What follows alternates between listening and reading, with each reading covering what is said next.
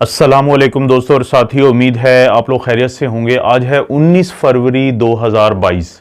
गुज़िश्ता 24 घंटे में पाकिस्तान में जो टोटल टेस्ट किए गए हैं उनकी तादाद है 47,780। इनमें से जो मुस्बत केसेस आए हैं वो हैं 1,983 और ये मुस्बत रहने की शरह रही है 4.15%। यानी जो WHO का एक क्राइटेरिया है कि किसी भी मुल्क में या मुआशरे में जब 5% यानी 5% से नीचे पॉजिटिविटी की रेशो आ जाए तो ये एक बहुत अच्छी अलामत होती है। इसी तरह से गुज़िश्ता 24 घंटे में 26 अमवात हुई हैं और अभी भी 1439 जो लोग हैं वो क्रिटिकल हालत में हैं या ICUs में हैं या उनको ऑक्सीजन लगी हुई है। अभी गुज़िश्ता दिनों एक ख़ास ट्रेंड देखने में आया है पाकिस्तान में, वो ये है कि लोगों का जो PCR का टेस्ट है वो नेगेटिव है, उनको अलामात आ रही हैं जो कि कोरोना की इन्फेक्शन की होती हैं और साथ ही उनका जो PCR का ये जो रैपिड एंटीजन टेस्ट है ये पॉजिटिव है। और जैसे जैसे उनकी अलामात ख़त्म होती हैं तो यही जो रैपिड एंटीजन टेस्ट का जो आप किट भी देख रहे हैं ये नेगेटिव हो जाती है, जो इसकी टेस्ट की लाइन है वो गायब हो जाती है। कंट्रोल की तो जाहिर है पॉजिटिव ही रहेगी नेगेटिव केसेस में के अंदर भी। आजकल आप फार्मेसीज पे जाते हैं तो आपको सबसे ज़्यादा वहाँ पे जो आपको सामने नज़र आती है चीज़ वो रैपिड एंटीजन जो टेस्ट है इसकी जो किट्स हैं वो पड़ी हुई नज़र आती हैं अक्सर जगहों पे। तो अब अक्सर लोग ये सवाल पूछते हैं कि क्या वजह है कि उनका PCR नेगेटिव और अलामात और रैपिड एंटीजन टेस्ट पॉजिटिव और अलामात के जाते जाते रैपिड एंटीजन टेस्ट जो है वो भी नेगेटिव हो जाता है। इसकी वजह जांचने के लिए हमें WHO का जो पिछले हफ्ते का एपिडेमियोलॉजी का रिव्यू होता है उस पर नज़र दौड़ानी होगी। एपिडेमियोलॉजी किसे कहते हैं? ओलॉजी आप सब लोगों को पता है, हमेशा इल्म को कहते हैं। और एपिडेमियो का मतलब होता है कि कोई बीमारी किस वक्त किन किन इलाकों में कितनी ज़्यादा होती है, इस इल्म को हम एपिडेमियोलॉजी कहते हैं। तो पिछले हफ्ते जो WHO ने अपना शाया किया है उसमें पाकिस्तान, इंडिया, उसमें नेपाल, उसमें बांग्लादेश, उसमें चाइना, ब्रुनाई, ये वो ममालिक हैं जिनके बारे में बताया गया है कि यहाँ पे जो इस वक्त वेरिएंट है वो सब वेरिएंट जिसको हम ओमिक्रॉन का कहते हैं BA.2, यानी जो ओमिक्रॉन का वेरिएंट था पहले वो BA.1 था, लेकिन सबको पता है कि फिर BA.2 आया। इसमें और BA.1 में जो तकरीबन 1 दर्जन ऐसी म्यूटेशंस हैं जो BA.1 में नहीं हैं और BA.2 में मौजूद हैं। इसीलिए वो जो PCR की किट्स हैं जो कम से कम ओमिक्रॉन को तो पकड़ सकती थी लेकिन इसको BA.2 को वो नहीं पकड़ सकती, क्योंकि जो BA.1 है या पहला वेरिएंट है एक S जीन टारगेट फेलियर का एक मैं पहले भी जिक्र करता रहता हूं कि जिसकी मदद से वो पता चल जाता था कि ये ओमिक्रॉन BA.1 है। यही वो वजह है कि जो BA.2 है इसका दूसरा जो नाम है वो स्टेलिथ वेरिएंट भी कहते हैं या स्टेलिथ इसको ओमिक्रॉन कहते हैं। क्यों?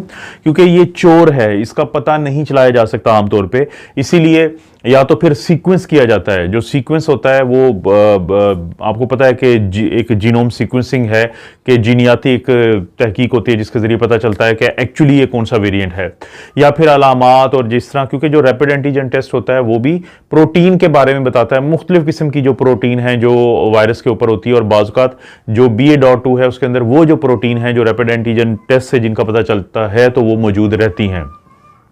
तो एक तो ये बड़ी वजह है। तो क्या इसमें हमें कोई परेशान होना चाहिए? BA.2 का जो जिक्र हुआ इंडिया और पाकिस्तान के कॉन्टेक्स्ट में या हमारे इस पूरे इलाके के कॉन्टेक्स्ट में, क्या हमें परेशान होना चाहिए?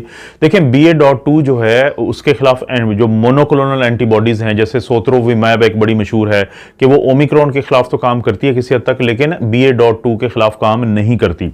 इसी तरह से जो लोगों में पहले से एंटीबॉडीज बनी होती हैं या वैक्सीन के नतीजे में बनी होती हैं तो उनको भी थोड़ा मसला पेश आता है BA.2 के खिलाफ। लेकिन वो लोग जिनको बूस्टर लगा हो तो उनके लिए बहुत आसान है इस इन्फेक्शन को कंट्रोल करना, यानी 74% उनके अंदर ये सलाहियत होती है कि वो BA.2 को भी कंट्रोल कर सकते हैं बगैर किसी बीमारी की शिद्दत में गए बगैर। और इसी तरह से वो लोग जिनको ओमिक्रॉन से इन्फेक्शन हुई है BA.1 से, तो BA.2 के खिलाफ वो काफ़ी हद तक कामयाब रहते हैं इन्फेक्शन की शिद्दत से बचने के लिए। लेकिन उसी वक्त में ये जहन में रखें कि आने वाले दिनों में हो सकता है कि हमें जो BA.2 है इसके बारे में ये पता चले कि इसको कोई नया नाम दिया गया है, क्योंकि BA.1 से ये काफ़ी मुख्तलिफ है। बिल्कुल इसमें इसी तरह ही तब्दीलियाँ हैं जैसे वुहान में जो वायरस आया था उससे मुख्तलिफ था अल्फा, बीटा, गैमा, डेल्टा, फिर ओमिक्रॉन। तो क्योंकि ये भी काफ़ी मुख्तलिफ है तो हो सकता है कि इसको कोई नया नाम दे दिया जाए इन्हीं नामों की तरह। तो इसीलिए अगर आपके घर में कोई ऐसा शख्स है जिसको अलामात हैं लेकिन पीसीआर अगर उसका नेगेटिव है लेकिन बाकी रैपिड एंटीजन टेस्ट करें, कोशिश करें कि काफ़ी ज़्यादा अब ये जो टेस्ट है इसकी बात होती है, इसके ऊपर आप ट्रस्ट कर सकते हैं कि ये अगर पॉजिटिव आया है तो इसका मतलब है और आपको अलामात भी हैं, तो कोशिश करें कि अपने आप को थोड़ा सा आइसोलेट रखें, बहुत ज़्यादा फैमिली में घूमे फिरे ना, क्योंकि जो बच्चे हैं वो काफ़ी मुतासर हो रहे हैं इससे। और बच्चों में जो अलामात आती हैं वो फिर बहुत ज़्यादा बुखार उनको रहता है, कमज़ोरी उनको बहुत ज़्यादा होती है और एक हफ्ते के अंदर अंदर बच्चा जो है वो कमज़ोर बहुत हो जाता है। तो कोशिश करें कि पहले ये उलट काम था पुराने वेरिएंट्स में कि हम कहते थे कि बच्चे और जवान जो हैं शायद उनको प्रॉब्लम नहीं होगा तो बुजुर्गों को बचाएं, लेकिन अब थोड़ा सा काम उलट हो चुका है कि बुजुर्गों को क्योंकि वो सारे वैक्सीनेटेड हैं या बूस्टर तो ज़ाहिर लगे हुए हैं लोगों को, तो वो काफ़ी हद तक महफूज हैं, लेकिन जो बच्चे हैं वो इन वेरिएंट से काफ़ी ज़्यादा प्रॉब्लम में आ सकते हैं क्योंकि बच्चे